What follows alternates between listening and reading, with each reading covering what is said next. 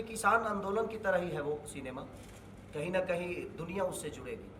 और प्रदीप भैया ने बहुत खर्चा किया उस सिनेमा को बनाने में, जो भी ज़रूरत की चीज़ें हुई, हमें कभी ये नहीं महसूस होने दिया कि हाँ ये नहीं होना चाहिए, ये लोकेशन पे अगर आपका शूट नहीं हो रहा है और ये लोकेशन सिनेमा के लिए अच्छा नहीं है, तो इन्होंने बोला और महंगा अगर लोकेशन हो तो आप करिए, सिनेमा अच्छा बनाइए।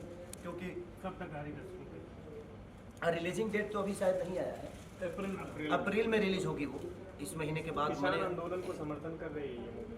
बिल्कुल किसान आंदोलन को समर्थन करेगी, क्योंकि देखिए कहीं ना कहीं करप्ट किसान नहीं होता है, क्योंकि वो मेहनत करना जानता है सर।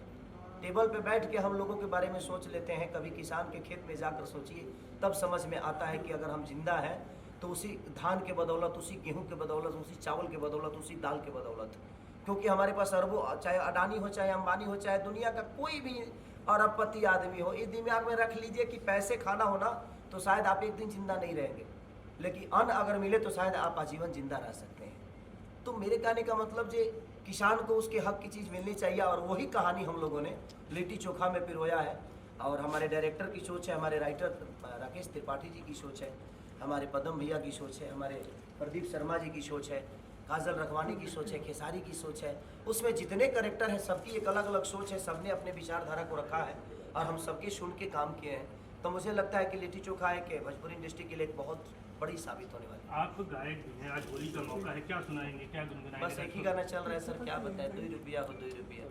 हर जगह मैं अभी चला गया था, रात को मैं चला गया बनारस अपने भाई के घर पे, और वहीं से मैंने जिधर रास्ते में गया एक ही गाना बज रहा था मेरा, 2 रुपया हो 2 रुपया। वो गाना इतना पागल किया है कि अब बता रहा हूँ कि 1 महीने में 130 मिलियन है वो गाना। गुनगुनाएं जरा हमारे अभी तो गुनगुनाया जी। एक्चुअली गला मेरा, मैं 4 दिन से तबीयत खराब में हूँ और इनको पता है, क्योंकि मैं गाऊंगा तो फटे बांस की तरह गाऊंगा। अरे 2 रुपया हो 2 रुपया, चोली रंगाई दे हो 2 रुपया हो, साया रंगाई पौने 2 रुपया। आज हर घर में भी ये गाना बज रहे हैं। एक हमारा मस्ती होता है होली का रंग, तो थोड़ा सा तड़क भड़क गाने की कोशिश करते हैं हम लोग की, ताकि सबका एंजॉय भी हो जाए और सब लोग मज़ा ले लें, तो ये कोशिश रहती है। और आज मैं लगातार, मुझे 7 साल से लग रहा है कि लगातार मैं होली के सारे सॉन्ग मेरे लगातार सबसे ऊपर बजते आपका हैं। बड़ा फेमस सॉन्ग है, नून रोटी खाएंगे छपरा नहीं जाएंगे। सर छपरा नहीं जाएंगे ऐसा नहीं है, तो गाने का भाव था, हम छपरा छोड़ के कहाँ जाएंगे। एक्चुअली गाना था, वो मजाक था और मैंने गा दिया, नून रोटी खाएंगे जिंदगी संग ही बिताएंगे। सबका डर से हुए फराई, बताइए लड़की लेके भागेंगे तो उस टाउन में क्या करने जाएंगे। वो एक प्रेमी प्रेमिका का संवाद था कि सबका डर से हुए है फरार, अब छपरा लौट के नहीं जाएंगे। हम लड़की लेके भागे हैं सर, छपरा जाएंगे तो गुटा नहीं जाएंगे। और नून रोटी खाएंगे, उसका एक मोहब्बत है कि हम नमक रोटी खा के भी अपने जिंदगी को लेके, सर देखिए इसमें भी रोटी आया था, यहाँ भी किसान था, नमक की बात आए तो वहाँ भी किसान है। हमारे जीवन के अगर देखा जाए तो सबसे बड़ा कोई हीरो है तो सर किसान ही है। जय जवान जय किसान। देखिए हमारे देश की भी रक्षा अगर हमारा जवान करता है तो कहीं ना कहीं अन्न खा के ही करता है। तो मुझे लगता है कि अगर देखा जाए तो सर्वोपरि अगर माना जाए तो हमें किसान को मानना चाहिए, क्योंकि किसान अगर नहीं होता तो हमारे जीवन में कोई भी बड़ा आदमी चांद पे भी जो जाता है वो रोटी खा के ही जाता है। तो हम दुनिया की कोई भी मिशन अगर तय करते हैं तो रोटी खा के ही, चावल खा के ही तय करते हैं। इसीलिए हमारे जीवन में किसान की उपलब्धि सबसे ऊपर होनी चाहिए। खेसारी लाल स्टार पर्दे का हो सकता है सर, लेकिन मुझे लगता है कि रियल जिंदगी में अगर कोई स्टार है और स्टारडम है तो वो किसानों का है, क्योंकि उनके बदौलत ही मैं आज कुछ बोल रहा हूँ। अभी 4 रोटी खा के आया तो आवाज़ निकल रही है सर, रोटी नहीं खाता तो मैं भी लड़वा के ही बोलता। तो किसानों को लेकर के आप बहुत मतलब एक तरीके से दुश्मन में, सरकार क्या लगता है सरकार नहीं सुन रही है, क्या कहें? देखिए सर, सरकार की बातें तो मैं नहीं जानता, क्योंकि मैं सरकार में नहीं हूँ।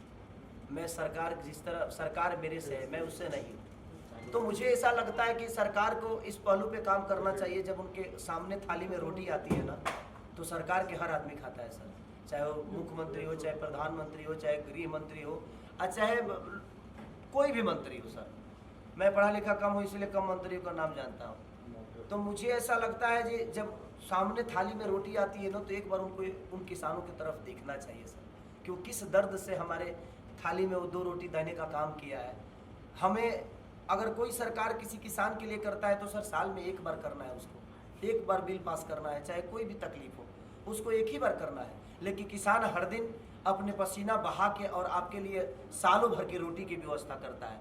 तो हमें लगता है कि हमारे अगर कोई असल माँ बाप है, अगर कोई असल हमारी ज़िंदगी का रक्षक है, तो कहीं ना कहीं वो किसान है, जो कि हमारे जीवन में सबसे बड़ी उपलब्धि किसानों की। सरकार के लोग क्या लगता है नहीं समझ पाए ऊपर? देखिए, ये तो व्यक्तिगत विचारधारा हो गया कि वो क्या समझते हैं, और कि जब तक नहीं समझेंगे तो हम इतने भी कमज़ोर थोड़ी हैं सर। हम भी किसान के बेटे हैं, हमने जब तक लड़ना होगा अपने हक के लिए लड़ाई लड़ेंगे, चाहे वो जिस लेवल पे हो। Thank you so much, love you all.